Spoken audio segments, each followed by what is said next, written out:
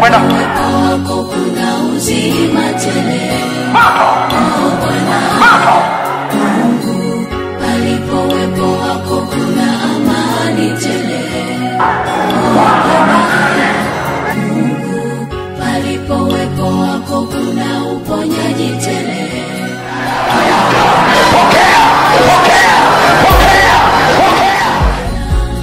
Mahali hapa watu waguse, shusha uwepo wako Bwana.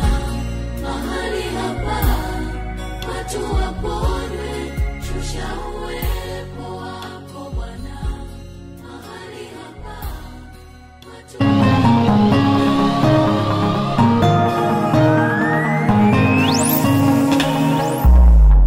Nataka nimkaribishe Askofu Sixbeth Kuzenza, atakuja kutuletea somo la Roho Mtakatifu. Unapopokea huku na huku unakuwa unaunganisha uone raha yake.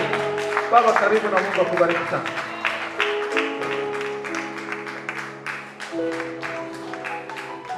Amen. Bwana Yesu asifiwe. Ninawasalimu kwa jina la Yesu Kristo. Habari zenu ndugu zangu. Habari ya nyumbani. Wangapi tunafahamiana? Amen. Wangapi leo ni mara ya kwanza tunaonana? Wengi zaidi. Naitwa Sixbeth Kuzenza kutoka Kahama. Amen. Mke wangu anawasalimu. Na binti zangu wawili wanawasalimu. Kanisa la Bwana wanawasalimu pia. Ningekuwa mnasema amina wote ingependeza kweli.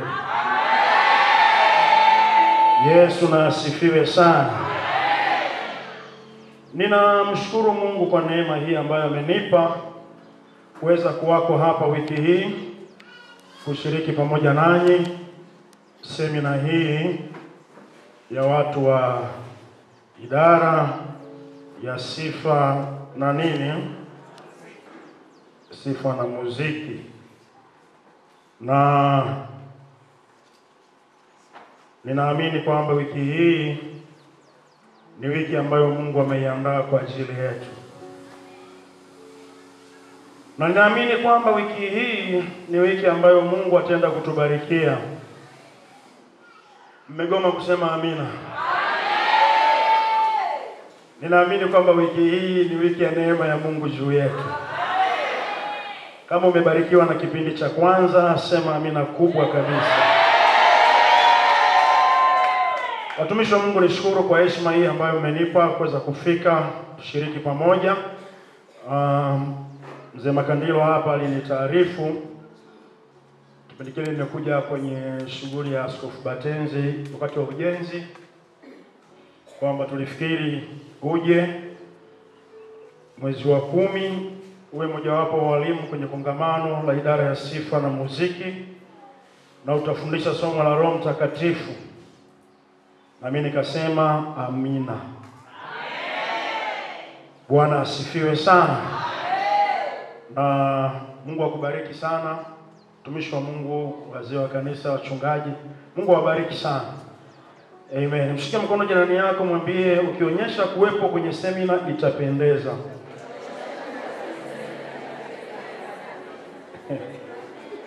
Haleluya. Naomba niongee juu ya Roho Mtakatifu katika uimbaji.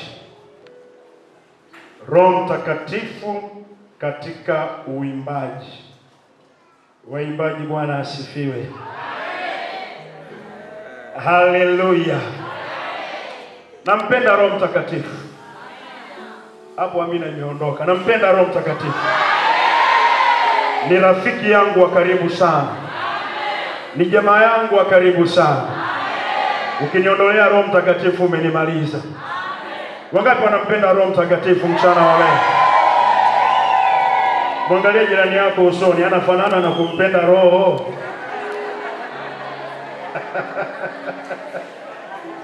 Mwangalie tena muulize, hivi hii sura inapenda Roho kweli? Haleluya. Waefeso 5:18. Waefeso 5:18. Nimeambatana na Eliudi Saguoro, wapungie mkono. Ni kijana wa media pale kanisani kwetu FPCT Shalom Temple, na huwa tunaambatana naye. Tuliwaza kwamba ni vizuri kuchukua kumbukumbu. Mmekasirika? Kwa hiyo anachukua kumbukumbu huyu mheshimiwa, na anafanya vizuri kwa kweli. Angalau makofi machache kwake.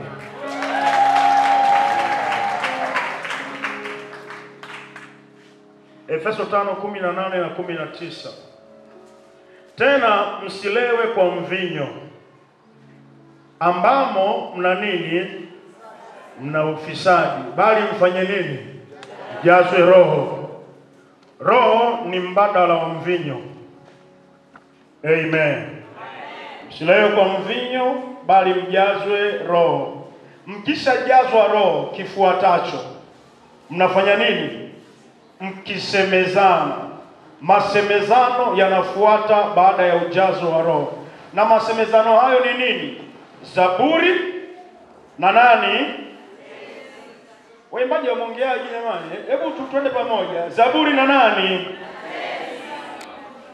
Na tenzi na nini? Na nyimbo za wapi? Baada ya kuwa umefanya nini? Umejazwa Roho. Shike mkono jirani yako, mwambie hayo ni baada ya kuwa umejazwa Roho. Mwangalie usoni, kama anakutisha mwangalie puani.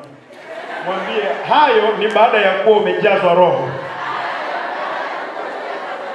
Nisikie amina iliyoshiba. Haleluya. Mkisemezana kwa zaburi. Zaburi huwa zinachipuza, zinaibuka. Tenzi huwa zinaibuka. Nyimbo huwa zinaibuka kutoka kwa watu waliojazwa Roho. Huku mkiimba na kumshangilia Bwana mioyoni mwenu. Kumbe shughuli yote inaanzia wapi? Mioyoni mwenu.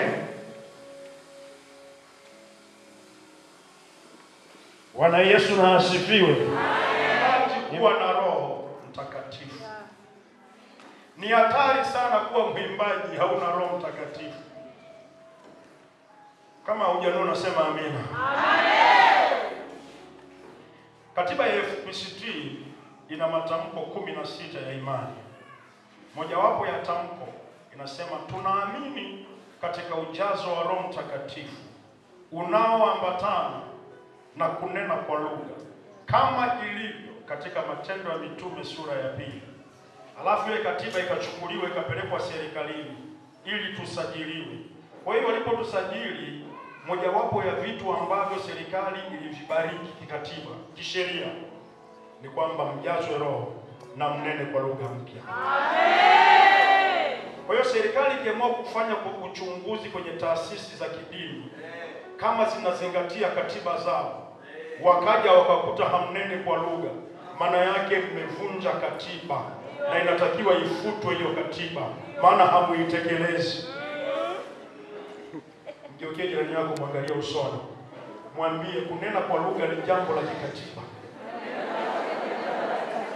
Kwa lugha rahisi, katiba ni sheria mama. Kwa hiyo sheria mama ya dini ya FPCT, ujazwe Roho, unene kwa lugha mpya. Naomba nisikie amina iliyojaa. Tunapoweka wazee na mashemasi, kijazo kimojawapo kwenye miongozo kinasema awe ni mtu aliyejazwa Roho na kunena kwa lugha na kushuhudiwa na wengine. Kumbe kigezo kimojawapo cha kuweka watumishi wawe wamejazwa Roho na kunena kwa lugha kama katiba isemavyo. Miongozo mingi ya kwaya ukiisoma hata pale kanisani kwangu, tuliwaambia hebu tuwekeeni mawazo yenu ambao mtuwekea kwenye miongozo ili kwanza mjininginize wenyewe kabla nasema tujazengeleza kwetu hapa. Wakasema mchungaji kimojawapo ni hiki hapa, hakuna mtu kujiunga kwaya isipokuwa amejazwa Roho na kunena kwa lugha. Na nyie huko umeandika hivyo? Na nyie miongozo yenu imeandika hivyo? Kumbe Biblia, katiba, miongozo yote inasema hasa watumishi wajazwe Roho na wanene kwa lugha mpya. Mwambie jirani yako, ni pamoja na wewe. Nisikie amina iliyoshiba. Nisikie amina iliyojaa.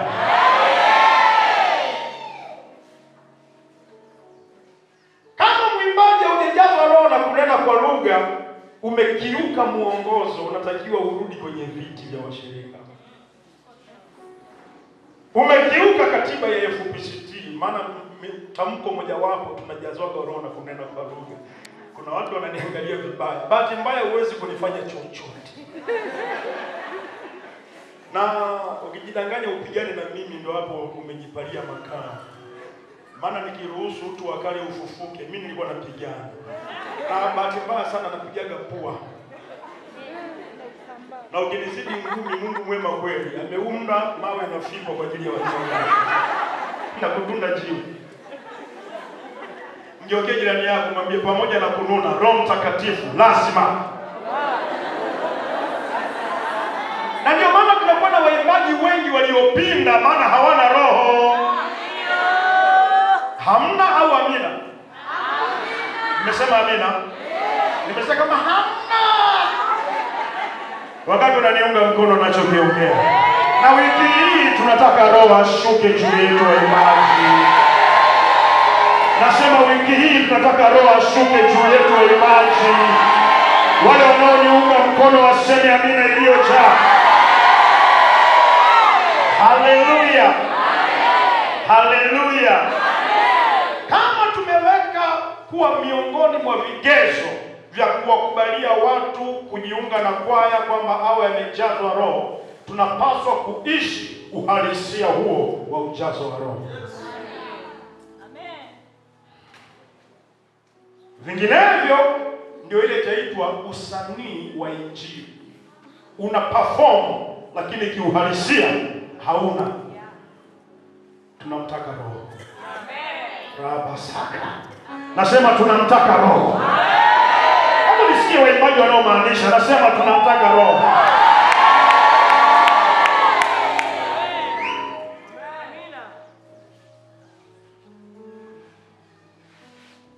Mwambie jirani yako, kama wewe unazembea utaniona mimi wiki hii. Tunataka tubadilishe landscape ya uimbaji. Tuna waimbaji wengi kweli nchi hii. Na hapa mlipo tukiambia kila mmoja alete CD zake toka nyumbani, tutajaza hapa masanduku ya CD. Na hata mtaa wa pili hawakujui. Kwa sababu una perform lakini Roho ndani yake.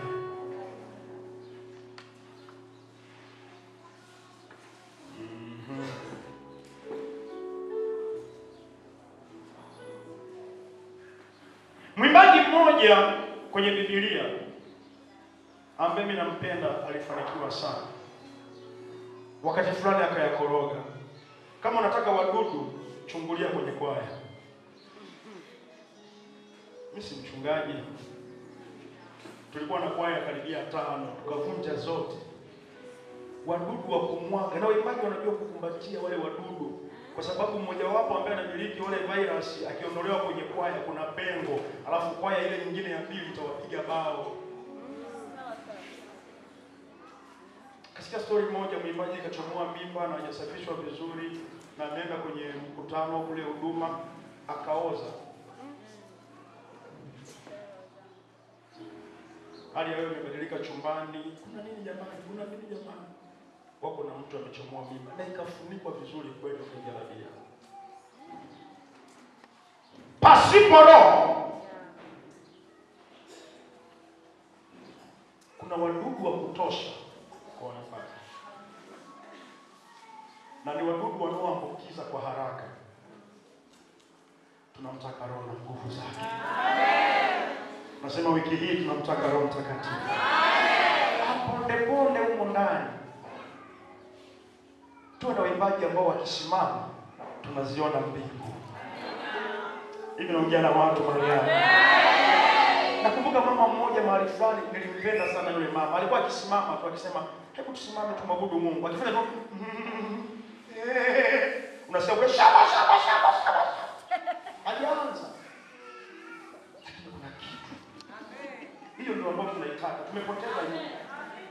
Sasa hivi mwimbaji wa gospel na kwa ngoma ya Diamond yapibishana. Mwimbaji wa gospel na Jibebe yapibishana.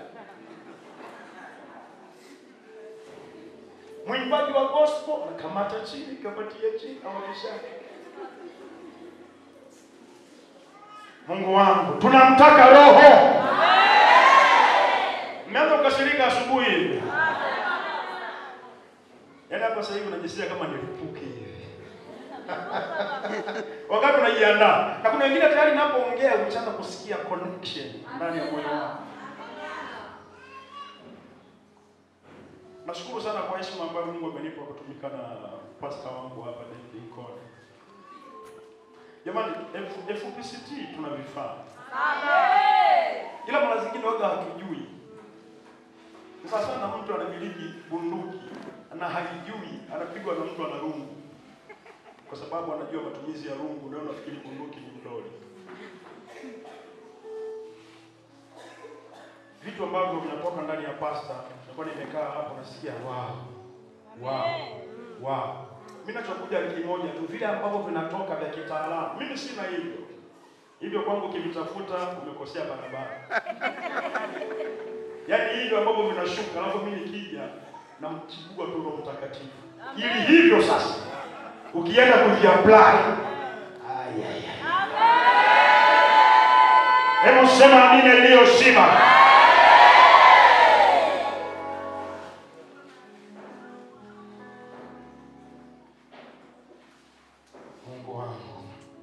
Mwimbaji huyu akayakoroga.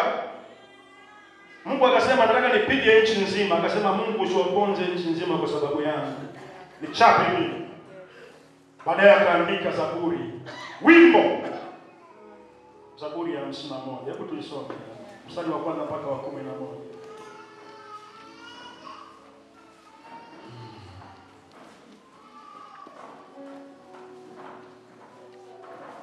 Wale waliopo tu waseme sijakusikia, sema Anaandika namna hii: Mungu nirehemu sawa sawa na fadhili zako. Sifa mojawapo ya mwimbaji akijua ameyakoroga anayatengeneza hayafuniki. Nilijua mtasema amina. Mungu nirehemu sawa sawa na fadhili zako, kiasi cha wingi wa rehema zako uyafute makosa yangu. Unioshe kabisa uovu wangu, unitakase dhambi zangu. Maana nimejua mimi makosa yangu na dhambi yangu mbele yangu daima. Nimekutenda dhambi wewe peke yako na kufanya maovu mbele za macho yako. Huu ni wimbo. Wewe ujulikane ya kuwa una haki unenapo na kuwa safi utoapo hukumu. Tazama, naliumbwa katika hali ya uovu. Mama yangu alinichukua mimba hatiani. Ili andiko mimi sikulielewa, alichukuliwa mimba hatiani. Mchepuko au usija. Nikaishia hapo. Tazama, wapendezwa na kweli iliyo moyoni, nawe utanijulisha hekima kwa siri. Unisafishe kwa hisopo, nami nitakuwa safi. Unioshe, nami nitakuwa mweupe kuliko theluji. Unifanye kusikia furaha na shangwe, mifupa ulioiponda ifurahi. Usitiri uso wako, usitazame dhambi zangu. Usifute hatia zangu zote.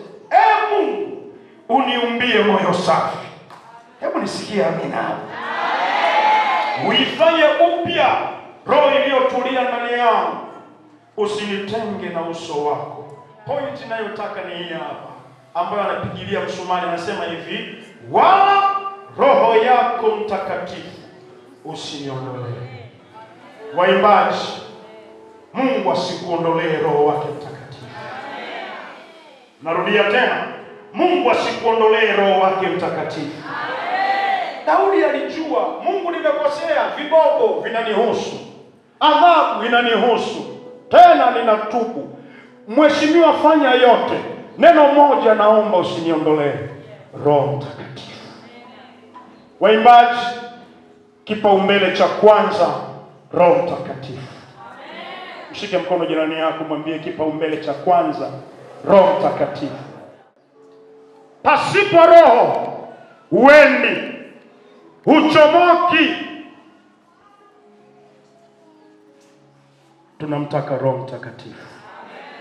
Daudi alifanikiwa sana kama mwimbaji, alifanikiwa sana kama kiongozi, alifanikiwa sana kama nabii aliyeimba nyimbo nyingi za kinabii kuhusu Masihi. Alifanikiwa sana na alishinda vita miaka 40 aliyokaa ikulu, kwa sababu sio kwamba alikuwa yakorogi. Kuna mahali aliyakoroga. Alijua siri ya kuambatana na Roho Mtakatifu. Kwenye maelfu ya waimbaji Tanzania, nenda YouTube utawakuta wamerundikana na kazi zao huko. Unachomokaje? Pasipo Roho uchomoki.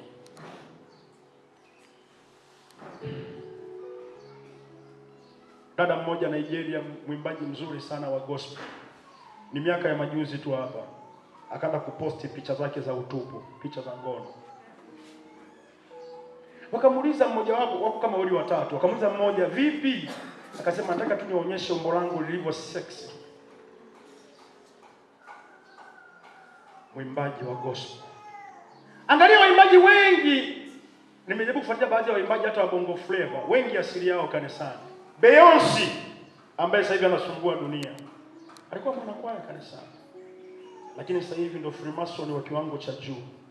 Mwimbaji ukikaa vibaya unaenda kuwa pepo mbaya kuliko wabaya. Kama bado hujakasirika nisikie amina. Na mwimbaji hauna option, kuna viwili, ujae Roho Mtakatifu au ujae roho chafu. Kwisha. Maana lazima tu spirit fulani iambatane na wewe. Tunapoendelea kule mbele nitasema kidogo. Ukishakuwa mwimbaji tu, umekuwa mlango wa kukaribisha Roho kwako na kwa wale unaoimbia. Kama sio Roho Mtakatifu, ni roho chafu.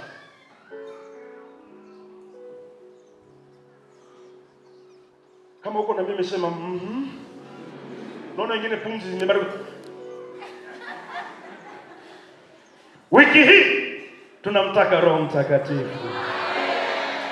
Nasema tunamtaka Roho Mtakatifu. Rabashata raboshika rababa. Roho wako Mtakatifu usiniondolee. Mimi nimekulia maisha ya kiuni kweli huko nyuma kabla sijaokoka. Nilipookoka nikasema yani hiki kiburi, uuni, zile elements haziniachii mpaka Roho Mtakatifu. Na nilikamatana naye na sitamwachia. Maana nikimwachia tu utu wa kale ukifufuka, wa kwanza kupata shida ni mke wangu. Na mimi nasema wewe mwimbaji kongoroka tu, wa kwanza kukisoma ni mume wako chumbani. Maana ndipo utataka uvae suruali na yeye umvalishe sketi. Maana wewe ndio unayealiko wala yeye hajulikani. Wewe ndio unayesimama majukwaani. Na ukikaa hapa Kitangiri kwenye vitu, ukialikwa unawekwa kwa watumishi. Kwa kisimama bwana sifiwe. Mbona mmelala? Hebu nisikie amina ya watu hapa. Haleluya watu wa Mungu. Hebu na kiwimbo namba 2. Afu usinyangushe jaza muziki. Alafu unaimba pale unawekewa vinoti hivyo 2 3, ukirudi nyumbani unamwangalia mwanaume na yeye unakuta bahati mbaya sana kapinda.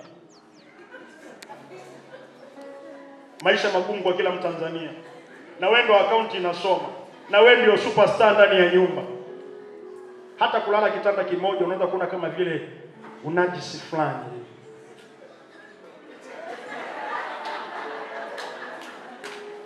Hivi naongea na watu mahali hapa. Na afahamu orodha ya waimbaji ambao wameacha waume zao na sasa hivi wameolewa na wageni rasmi kwenye matamasha yao.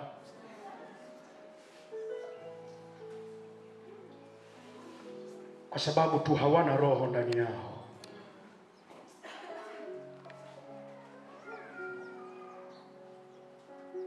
Huku niliona kama wamenuna kidogo, acha niangalie huko. Haleluya. Amen. Hebu nione kama wamerudi. Haleluya. Amen.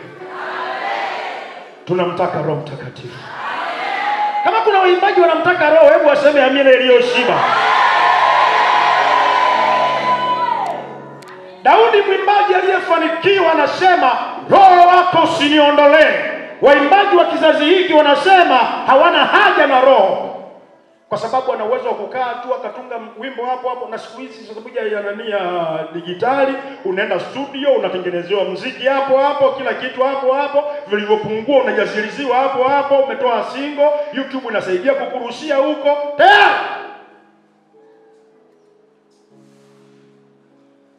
Na ndio maana mna nyimbo kama karanga na hata mtaa wa pili hawasijui. Wamenuna tena, acha niangalie huko. Angalau kidogo mvua inanyesha huku, kuna vipindi vya jua na mawingu ya hapa na pale. Wapi amina ya Roho Mtakatifu? Nasema wapi amina ya Roho Mtakatifu? Ninasema uchomoki hautoboi isipokuwa Roho ndani yako. Sema amina hata kama umekasirika. Haleluya. Na Roho ataanzia moyoni mwako. Kwa hiyo cha kwanza kushughulikiwa ni umo ndani, zitokako chemichemi. Huko ndo panaanza kutifuliwa papondwe pondwe. Mwimbaji halisi utampima kwa sifa ya kwanza, utaona unyenyekevu ndani yake. Ukiona tu kiburi, sio mwimbaji, ni performer. Yuko kuperform. Naona yuko perform. Perform mwana. Perform. Mwimbaji halisi ni yule ambaye ukiongea na mchungaji wake, humuoni mchungaji anasema ukimwambia mwimbaji fani ni mshirika wako, ukiona mchungaji anasema ndio, pigia mstari majibu. Kwa nini anasema kwa sababu anajiuliza hilo swali, ni mshirika wako, anajiuliza kwanza ameshayakoroga na kule kama hapa. Ndio maana anasema ndio, tunaye, lakini muda mwingi tunafahamu yaliko. Muda mwingi maana yake ni nini? Wanasema kuku akishalala polini amekuwa kwara. Ni wale tu ambao hawajakasirika na wanaweza kusema amina.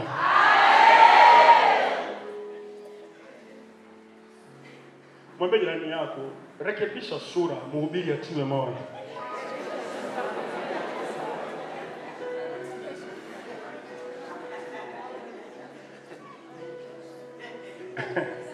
Paulo anawaambia Waefeso, msilewe kwa mvinyo. Maana yake kuna aina fulani ya ulevi hamjaijua tu, sio pombe ya duniani hii ovyo. Jazwa Roho. Lewa Roho.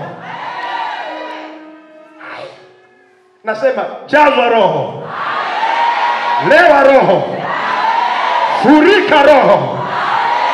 Kumbatia Roho. Katika historia za uamsho, napenda uamsho. Historia nyingi, maeneo mengi ambako uamsho ulitokea, cha kwanza kuamshwa ni spirit ya sifa na maabudu. Hali ya ibada huwa inabadilika, landscape ya uimbaji na maabudu huwa inabadilika, na uamsho huwa unashuka. Kwenye uamsho wa Azusa mwaka 1906 mpaka na 9 uliozaa huu Pentecost tulionao leo, ambao ulitoka pale Marekani ukaenda Scandinavia ukaja mpaka huku. Lile kundi dogo la watu ambao walikuwa kwenye chumba wanaomba Bonnie Bray Street, siku Roho ameshuka, watu wakajazwa, wakanena kwa lugha mpya. Dada mmoja jirani anaitwa Jenny Evans Moore, naye akajiunga kuona nini kinaendelea, akajazwa Roho. Alipojazwa Roho, aliondoka moja kwa moja, kulikuwa na piano mle chumbani. Akaenda kukaa kwenye piano, na alikuwa hajawahi kupiga piano hata siku moja, lakini alipiga kwa ustadi wa kiwango cha juu, na akanena kwa lugha tofauti 8. Na kuanzia hapo akawa pianisti humo ndani, na Roho anatembea. Roho aliona kwamba cha kwanza kukifanya naposhuka lazima pawepo na uimbaji unaonishusha. Sema Roho Mtakatifu. Na baadaye Jane Evans Moore anakuja kuwa mke wa mchungaji aliyeongoza uamsho huo, William C. Moore. Roho Mtakatifu. Roho Mtakatifu. Miongoni mwa vitu vya kwanza Roho kuviachilia kwenye uamsho huo ni utaalamu wa kupiga muziki. Ukiona Mungu anafanya chochote anaposhuka, huwa hafanyi kwa bahati mbaya, kina maana kubwa na umuhimu wake kwenye ulimwengu wa roho na kwa kanisa lake. Nisikia amina iliyoshiba. Alipozaliwa Yesu, cha kwanza malaika wakahamishia bendi duniani, wakajumuika na waimbaji, wakasema atukuzwe Mungu mbinguni. Jamani, hebu tuseme Roho Mtakatifu. Nasema tuseme Roho Mtakatifu. Kuna watu hapa baada ya semina hii, Mungu anaenda kukupaka mafuta sio ya kawaida. Oh, haleluya. Narudia tena ndugu wananchi, kuna watu unaenda kupakwa mafuta kwa kiwango cha pekee. Na utasema semina hii ilikuwa ya kwako. Na kuna watu utarudi bonge ya mkavu na ndio unaenda kumalizika. Taa yenye mafuta na isiyo na mafuta zote huwa zinawaka. Tofauti ni moja. Kuna moja inawaka mafuta, nyingine inawaka utambi. Mwimbaji mwenye roho na asiye na roho wote wanaimba. Lakini kuna mmoja ana perform na kuna mwingine ana minister Roho Mtakatifu kwa watu. Ni chemichemi, mito ya maji yaliyo hai. Akihudumu watu wanabarikiwa, wanajengwa, wanafunguliwa. Watu wanasikia kukutana na Mungu. Na huo ndio uimbaji ambao tunautaka.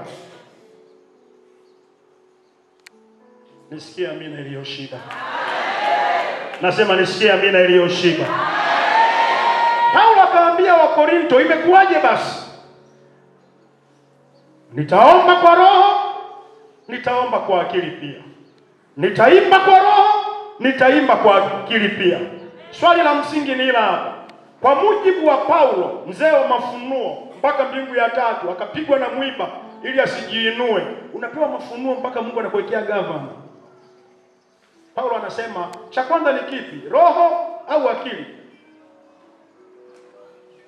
Si nimenukuu andiko hapo, umeshasahau. Hebu tufungue Korinto wa kwanza 14:15. Haya, waimbaji wa Mwanza mjini.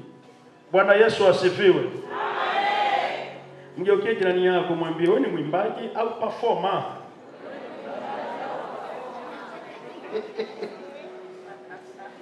Haleluya.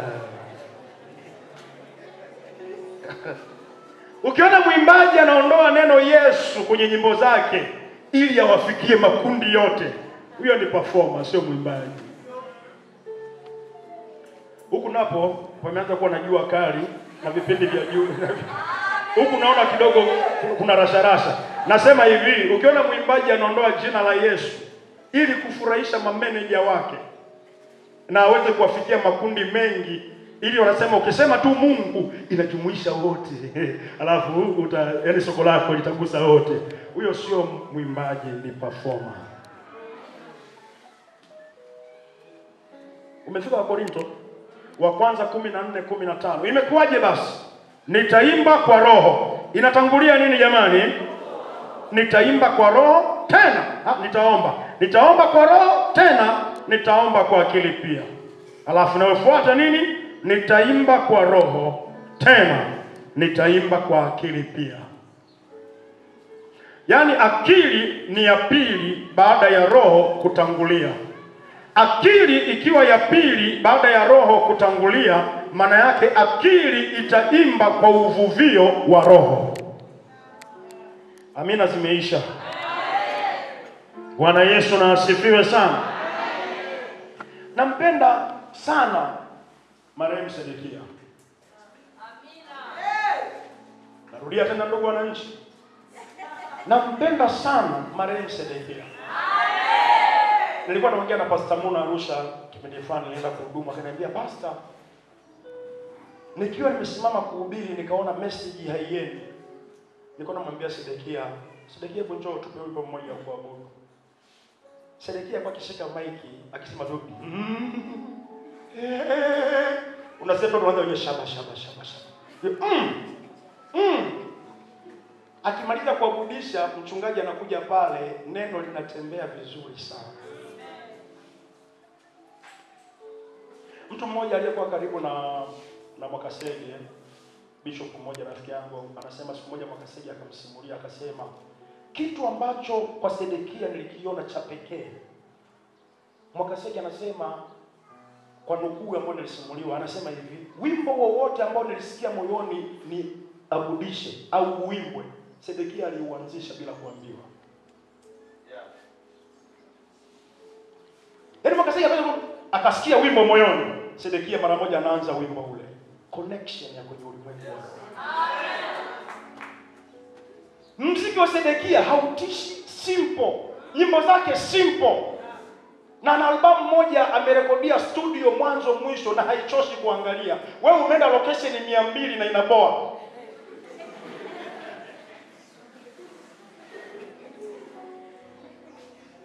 Ninaongea habari ya Roho Mtakatifu. Akiwepo Roho, hata kama mwanzo wa nyimbo mpaka mwisho huko tu hapo umesimama hivi. Hata kama ni watu wote wa Mungu njoni. Hiyo nilisimuliwa habari ya barabara ya 13 kwenye tamasha moja la uimbaji. Mahali fulani wakaenda. Wengine ndio wanaosimama hapo wakati ndio step zimeingia. Watu wanashughulika, yani mpaka unasema sasa kweli hii ni performance. Jasho limefumuka, watu wanashughulika hapo. Na mapangasha yameingia kipindi. Wakasimama barabara ya 13. Delila kamwambia Samsoni watu sio akasomea kabisa. Ondo! Wakaondoka yani wamejisikia vibaya. Usiku ule wakaenda wakapiga magoti wakamwambia Mungu, tumekuja kukuimbia wewe. Kesho yake wakaingia wazee wa kuperform. Watu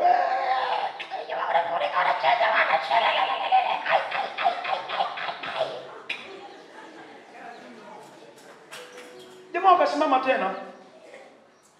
Samsoni, sasa sikiliza habari yake. Sio umeenda kumshirikisha Roho. Walipoanza kuimba, wamesimama wima hivi. Roho alishuka. Wale wote wazee wa kuperform na suruali zao nusu mlingoti wanaenda kupandisha wenyewe. Unajua Roho akishuka nidhamu inakuja yenyewe.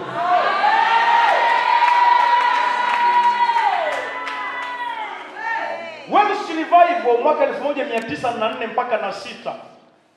Uamsho uliposhuka, ule mji ulifunikwa na uwepo wa Mungu kama blanketi imefunika. Miezi 6 polisi hawakukamata mwizi hata mmoja. Wizi wote walistaafu kwa miezi 6. Polisi wakaanza kupata hofu, ajira yetu ipo kweli? Maana tunachukua mshahara na hakuna mwizi sema.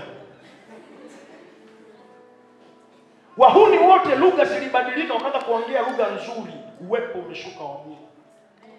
Watu walikuwa wanaenda bar, ananunua bia, akiishika bia namna hii, haiinuki kwenye toka counter, bia imengangania. Na aliyeinua glasi ya pombe, kiwiko kina freeze. Hawezi kukunja kuleta mdomoni. Kwa hiyo anaiangalia mwanangu yani.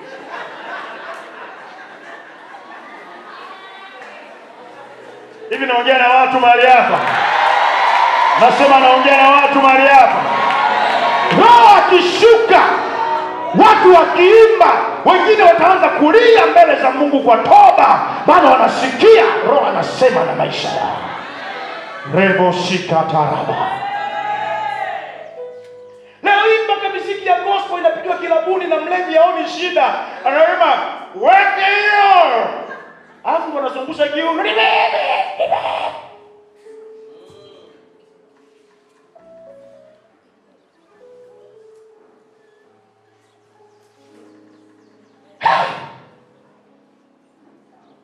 Nikasoma ushuhuda wa kwaya moja ilialikwa kwenda nchi, nafikiri ni Romania, enzi za ukomunisti.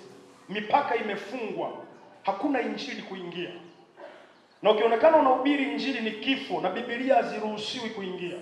Bora sasa hivi tunamshukuru Mungu kwa teknolojia. Ukiona tablet, Bible imo. Hata serikali ikizuia zilizo printiwa watasoma kwenye tablet, kwenye kompyuta, maneno ya Mungu. Ilikuwa Biblia moja ikiingia inachanachana vipande karatasi moja moja unagawana watu. Kama umepata wimbo ulio bora ndio ya kwako.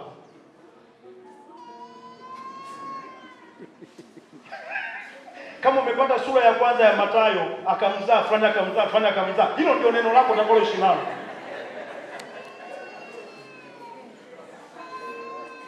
Neno la Mungu lilikuwa kitu cha adimu. Hasa pakawepo na function moja ya kawaida kabisa, tamasha la kawaida. Wakawa wanaalika bendi moja kutoka nchi nyingine. Bahati mbaya ile bendi ina jina linafanana na jina la kwaya fulani mahali fulani. Wakajikuta wamepeleka mwaliko kwenye kwaya badala ya bendi ya dunia. Hiyo inaitwa divine connection. Ni Mungu anakuset aende akajidhihirishe. Kwa serikali ikawakaribisha kwa mikono miwili wakifikiri ni bendi ya dunia, kumbe ni praise and worship ambayo ina Roho Mtakatifu ndani yake. Baya zaidi, wakapangwa kuimba saa 8 usiku.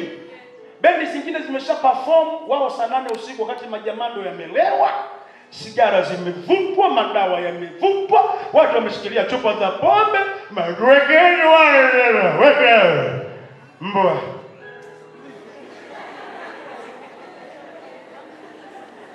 Jamaa wakasimama. Sasa wamesimama, wameshika vyombo, hawajui waimbe wimbo gani. Maana majamaa yamelewa, macho mekundu, madawa ya kulevya, bangi, pombe. Amnasema weka vitu. Sasa sema yule nani? Wacha maneno, weka muziki.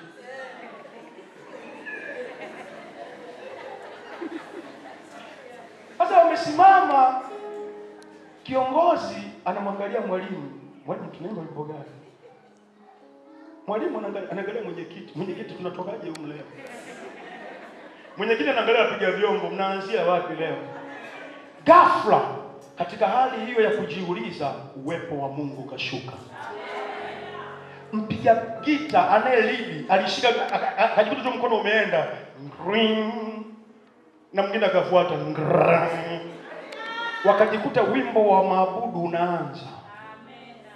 Ndani ya dakika 5 waliokuwa na sigara mdomoni zinadondoka. Waliokuwa na chupa za pombe zinadondoka. Waliokuwa wamelewa ulevi umeondoka. Halafu watu wanaimba worship, Mungu anatembea, majamaa yanalia, yanagalagala, yanatubu, yanaomba msamaha kwa Mungu aliye hai. Iko wapi hiyo nyakati tulizo nazo? Leo hii unakuta mtu anaabudisha, watu wanainua mikono mpaka ni ana sasa nifanye hata tu nikae, nimwangalie. Maana sauti ndio, lakini hamna roho ndani yake.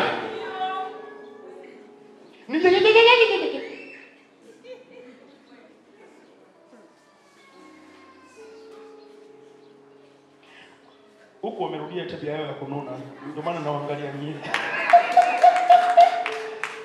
Mshike mkono jirani yako, mwambie sio mimi, labda wewe. Wale wanaotaka roho, hebu waseme amina yenye afya. Nasema wale wanaotaka roho waseme amina yenye afya. Tunataka siku moja tuingie Kirumba, tupige mkesha, watu wajazwe roho, watu wafurike roho. Ayayaya. Paka barabara yote hiyo ya airport, pawepo tuna watu barabarani wanagaragara, mpaka pawepo na traffic jam. Nini?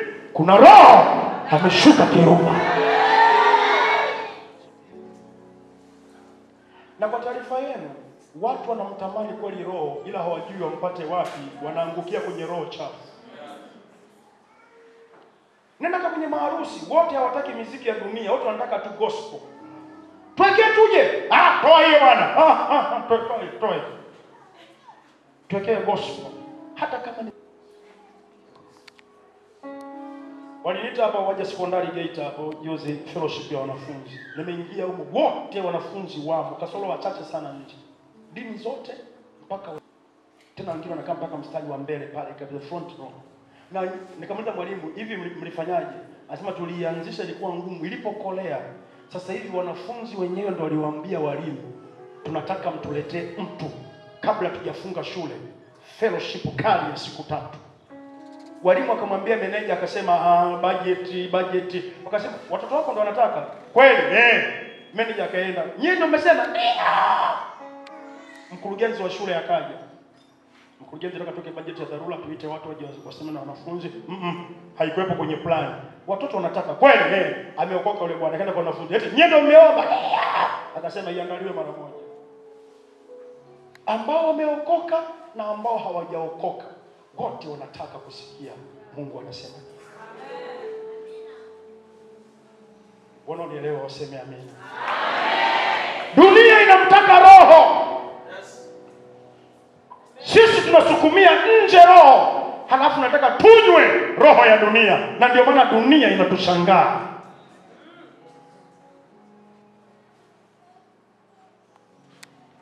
Nisikie amina iliyoshiba. Nasema nisikie amina iliyoshiba. Nasema nisikie amina iliyoshiba. Nguse mambo machache nimalizie kuweka msingi. Alafu tuona mbeleni huko.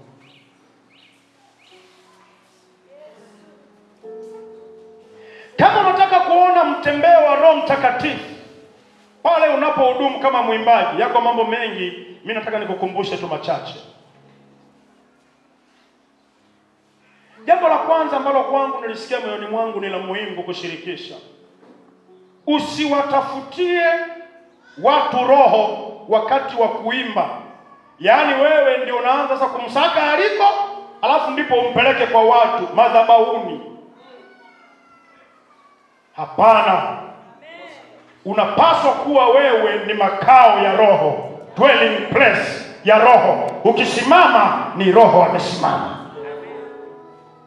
Unapaswa kuwa powerhouse. Sasa waimbaji siku hizi anataka akisimama, yeye mwenyewe amekuwa dry wiki nzima. Akisimama madhabahuni ndio aanze na yeye kutafutia hapo hapo. Sasa anaanza kugombana na washirika.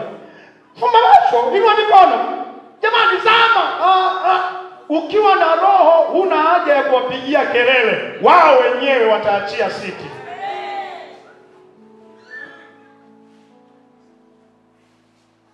Niko namwangalia praise leader mmoja. Aliposimama akamwambia watu, tenda kuimba wimbo mmoja. Jisikie tu comfortable kama umekaa au umesimama, kwa tu comfortable.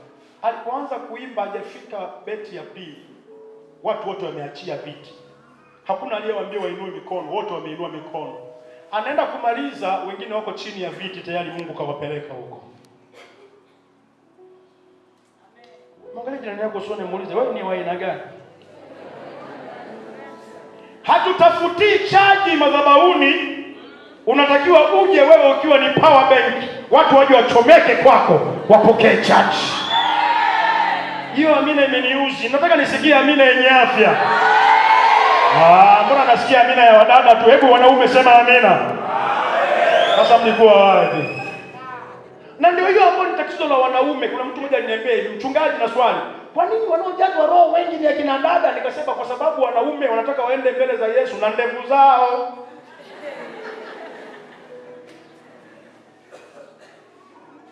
Yanataka mbele za Yesu kama vile ndio. Washughulikie hao.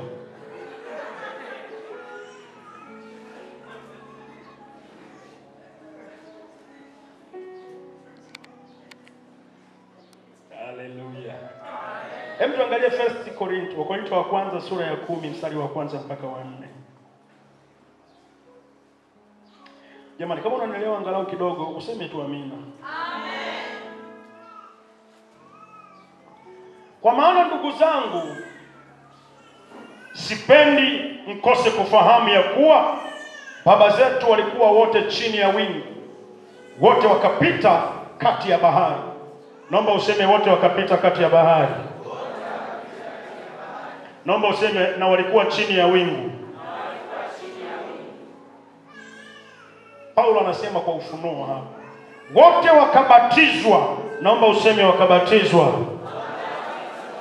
Batiza, sisi ni Wapentekoste tunafahamu maana yake. Zamisha mpaka ipotelee. Maana yake ni nini? Kilichozamishwa, maji yanakuwa ndani ya meli, meli inakuwa ndani ya maji. Wote wakabatizwa, maji ndani yao na wao ndani ya maji. Sinakumbuka Yesu alisema akae ndani yangu na mimi ndani yake, si ndio? Mtu akikaa ndani yako na wewe ukakaa ndani yake, hakuna aliye nje, hakuna aliye ndani. Wote ni kitu kimoja. Wapi amina iliyoshiba? Wote wakabatizwa wawe wa Musa katika wingu na katika bahari. wote wakala chakula kile kile cha roho, wote wakanywa kinywaji kile kile cha roho, kwa maana waliunywea mwamba wa roho uliowafuata, na mwamba ule ulikuwa ni Kristo. Wapi amina iliyoshiba? Jamani, wapi amina iliyoshiba? Yale yaliyofanyika kipindi cha Musa, Agano la Kale, Paulo anayaweka wazi hapa kwamba yalikuwa yana maana kwenye ulimwengu wa roho. Wao kuingia katikati ya bahari, wengine tukaishia kufikiri tu kwamba ni sehemu ya safari, Mungu anafungua njia. Sawa, lakini kumbe kwenye ulimwengu wa roho ilimaanisha ubatizo. Maana juu yao lilikuwako wingu, ni maji, na pembeni huku na huku ni wingu, maji na maji. Paulo anasema wote wakabatizwa, wakazamishwa. Hiyo story tunaifahamu. Musa amepiga mapigo 10, Farao karuhusu Israeli waende. Wametoka wanataka kukatiza shortcut. Wangepita ile shortcut kwa kama mwendo wa siku 12 wanaingia Kanaani. Mungu akamwambia zungukieni huko. Kawaleta mpaka baharini. Huku milima, mbele bahari, nyuma serikali imefanya tathmini. Baada ya kuwaruhusu watumwa waende, uchumi wa nchi umeporomoka. Maana ndio nguvu kazi ya taifa. Mapiramidi walijenga wao, mji wa Gosheni walijenga wao. Tunasema Wamisri ndio walivumbua kalenda. Wanaamini kwamba ilivumbuliwa wakati wa Israeli wao, ni kazi ya Waisraeli. Uchumi wa Misri ulishuti na ikawa super power ya dunia. Hakuna taifa lenye nguvu kama Misri. Kuwaachilia waende, manake Misri inaporomoka na haitainuka. Serikali ikasema tunawaendea. Nyuma Misri inakuja, mbele bahari, huku milima. Kawaida ya wapendwa wakaanza kulia, Musa, watumishi. Musa na yeye akajiunga na Waisraeli kilio kimoja. Biblia inasema Mungu akamwambia Musa, usinililie. Hebu sema wow. Kuna wakati wa kulia na kuna wakati wa kutumia kile Mungu amekupa. Mungu akamwambia Musa, usinililie, waambie Israeli waendelee mbele. Alafu akamwambia, nyosha fimbo yako ukaigawe bahari. Mwambie jirani yako, umebeba mamlaka sio ya kawaida. Ukaigawe bahari, maana yake nini? Israeli wapite, Israeli wavuke. Lakini Paulo anasema kuigawa bahari maana yake nini? Israeli wabatizwe, Israeli wazamishwe. Asa Musa, usilie kama washirika, wewe uwe na kitu cha ziada. Wao wanalia, wewe wape majawabu. Hivi ninaongea na watu mahali hapa. Haiwezekani mshirika anakuja na stress na mwimbaji praise leader na yeye amejaa stress na depression.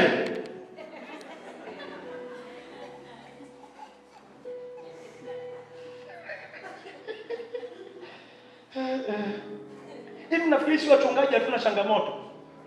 Sipo. Lakini kabla sijapanda kwenye madhabahu, nimeshajishughulikia kwenye ulimwengu wa roho. Hata kama kwenye ulimwengu wa mwili zinaonekana zipo, tayari mimi nimeshinda kwenye ulimwengu wa roho. Nasubiri manifestation, basi madhihirisho yake. Na ndio maana nitakuwa na neno la kutia moyo na kujenga. Nikaona changamoto ya kupata watoto, lakini kila dada aliyeleta tumbo lake niliombee alipata mimba. Dada mmoja akaniambia, "Yaani pastor uliponiombea tu nikashika mimba." Nikamwambia, "Wewe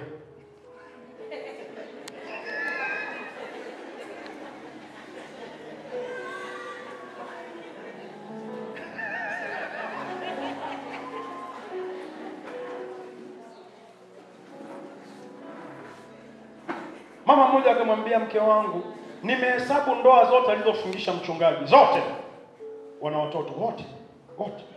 Wakati huo mimi nyumbani sina hata usingiziwa.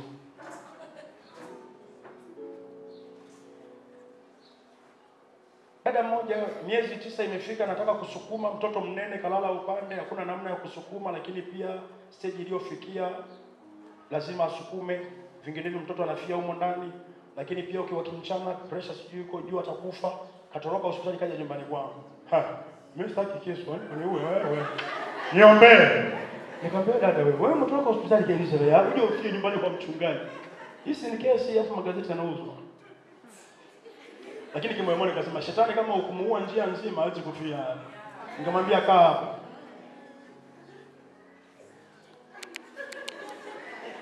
Nikasema nyie roho chafu mnaozuia kujifungua salama, huyu na pressure na kila takataka. Maka! Kumbe mpo. Nikabadilisha na sura hapo hapo. Lazima uwe sura ya kiofisi. Hivi naongea na watu mahali hapa. Maana uko kazini. Nikavuta kwanza. Alafu kwa jina. Yaani mwanzo ilikuwa ni kwa jina la Yesu. Sasa kwa jina. Maana tayari ameshagundulika hiyo. Unaona kikazi zaidi. Usichezee fani za watu. Hivi naongea na watu mahali hapa. Hauwezi kutoa pepo soka. Soka. Lazima ukae kiofisi. Naongea na watu mahali hapa. Nikasema mtoto tumboni geuka, akafanya nini? Anazunguka, kumbe anasikia, ngoja sasa. Geuka. Sasa mimi nikapitiliza mno na anasema ubiri saa nyingine mwana. Mtoto geuka. Uchungu. Njoo. Hapo naendelea tu. Njia, funguka. Sasa wewe umegeuza mtoto.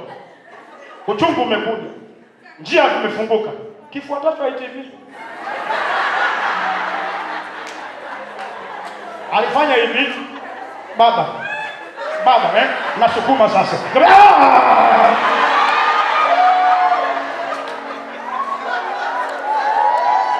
Sema amina moja iliyojaa. Nikasema uchungu kimya. Akafanya Nikasema taxi, njoo faster. Umegesha nje, uchungu njoo, peleka kwenye taxi. Ndani ya dakika 30 kapiga simu. Nashukuru nimejifungua salama. Wakati huo mimi sina mtoto.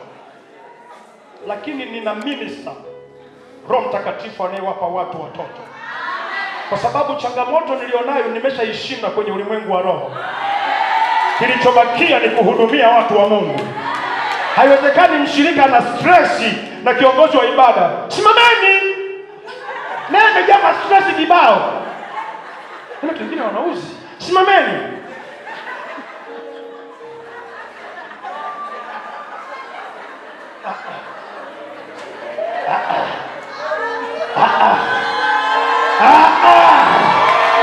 Ramayanda Rabosaka. Mungu anamwambia Musa, Waisraeli walie lakini wewe usilie, gawa bahari. Gawa bahari, wazamishe, wabatize. Watu waje na stress zao waache. Hajainua mkono asikusumbue. Amekaa umemwambia asimame asikusumbue. Wewe achilia roho Bwana. Yeye mwenyewe ataachilia kitu hicho. Anderemo sikara baba. Wapi makofi kwa Yesu aliye hai? Nasema wapi makofi kwa Yesu aliye hai? Matamasha mengi ya uimbaji leo hii mnaenda tu kutoka jasho na unarudi mkavu. Sana unaondoka umejaribiwa kwa mapaja ya watu ambao wamekuja huko kwenye tamasha. Hivi nimesemaje?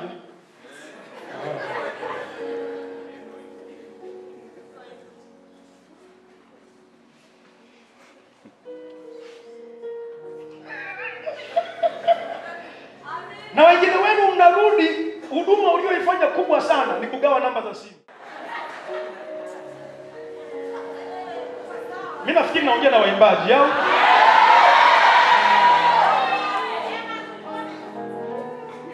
Wangapi wanasema roho tushukie wiki hii?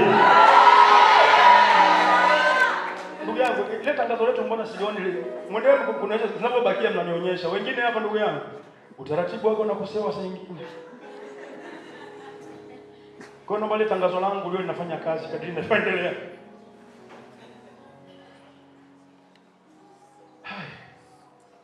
Hebu kwa dakika zilizobakia simama tumshukuru Mungu.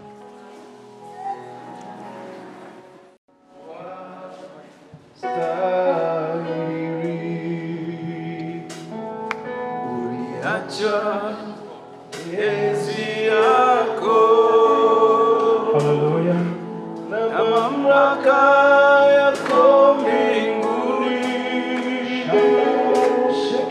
ukashuka kunikomboa.